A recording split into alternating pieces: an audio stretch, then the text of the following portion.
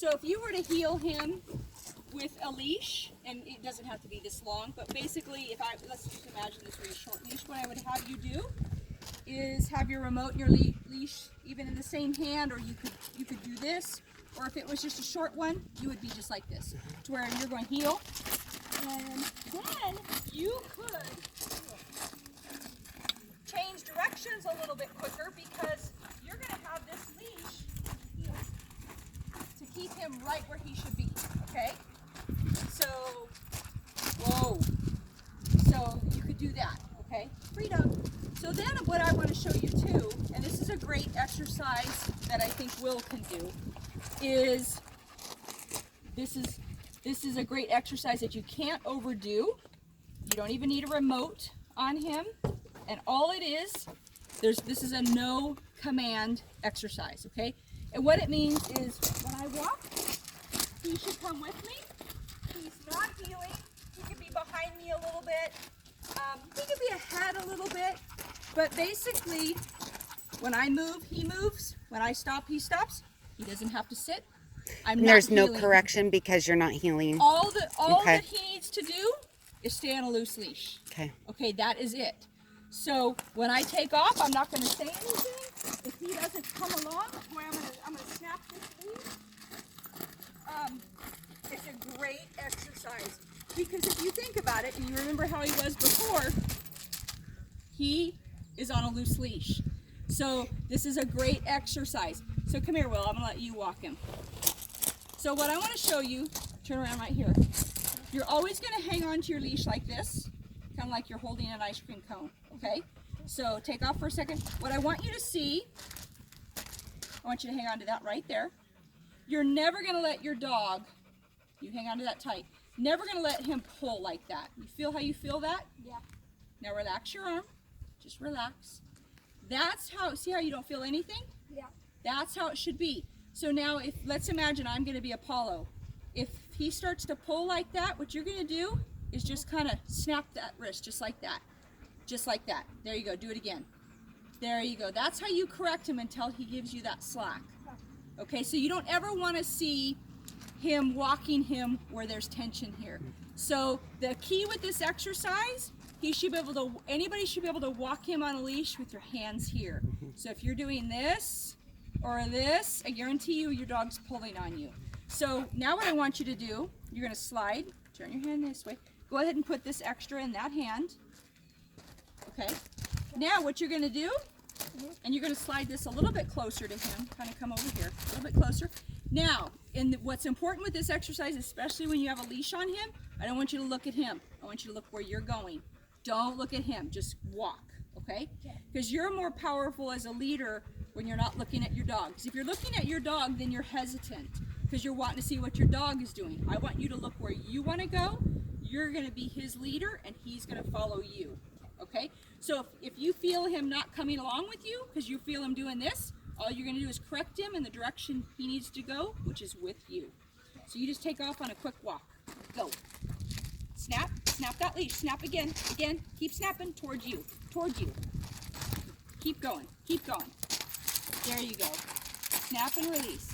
Good, look ahead, look up. There you go. And relax your arms at your side, both arms. Just like you normally walk. Even your right arm, relax your right arm. Can you relax your right arm? Put your arms down at your sides. There you go.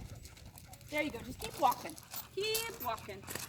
So give him a little snap when he's lagging behind like that. Kind of snap him towards you. There you go. Look up ahead.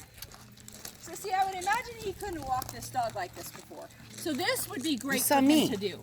Yeah. Okay. So that's the key. This dog is just walking like this. So this is something, and you just have to stress no commands. No sit, no down, no heel. When he stops, and then you can pet him, Will. Say, good boy. So this will be a great time for them to enjoy being together because, like I said, this is going to be amazing what this does for him, that this dog is respecting him, even though he's not doing all the other stuff. This will transfer over into everything else. Now just take off again, Will, and snap him. Look ahead where you're going. There you go.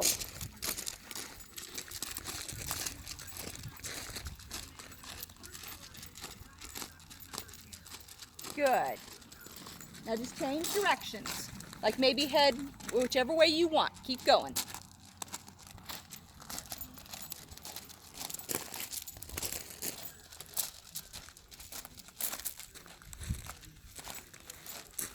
Very good.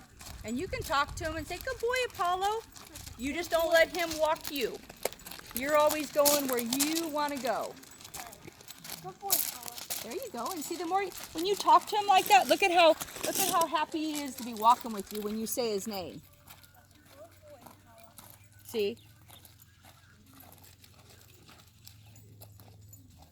Good. Now just stop for a second. And that's exactly what he should do. Now take off again. And like I say, now stop again. The no talking, because you notice Apollo really has to pay attention because you're not telling him that, like, let's go or that we're stopping. So he's got to really pay attention. If you're giving him verbal cues, then he can not be paid attention because you're going to tell him what you're doing. When you do this, he's got to pay attention. Good. Take off again.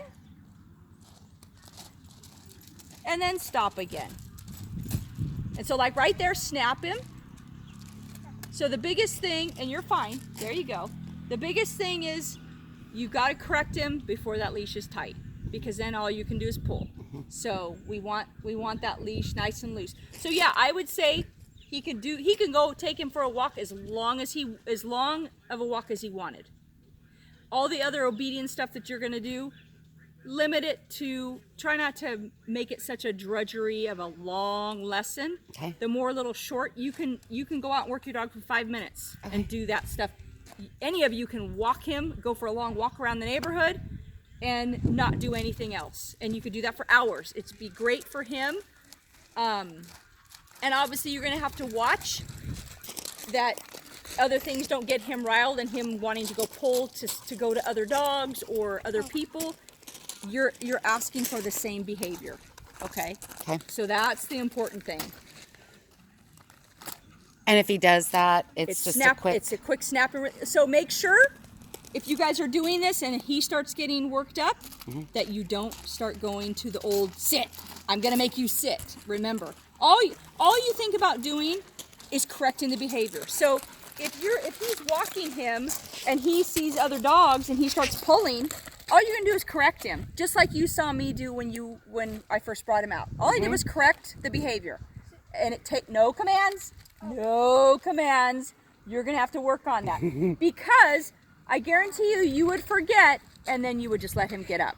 Okay? Right. So now we've got to release him, free dog, because you don't want to give your dog a sit command. Here you go. You're gonna keep him, and then forget, and then he just gets up on his own.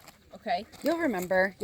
So that's the biggest thing. Is like I say, don't use. A lot of people, if you think about it, use sit to control their dog. It's like, oh, he's out of control. Sit. It's like, no, just correct the behavior.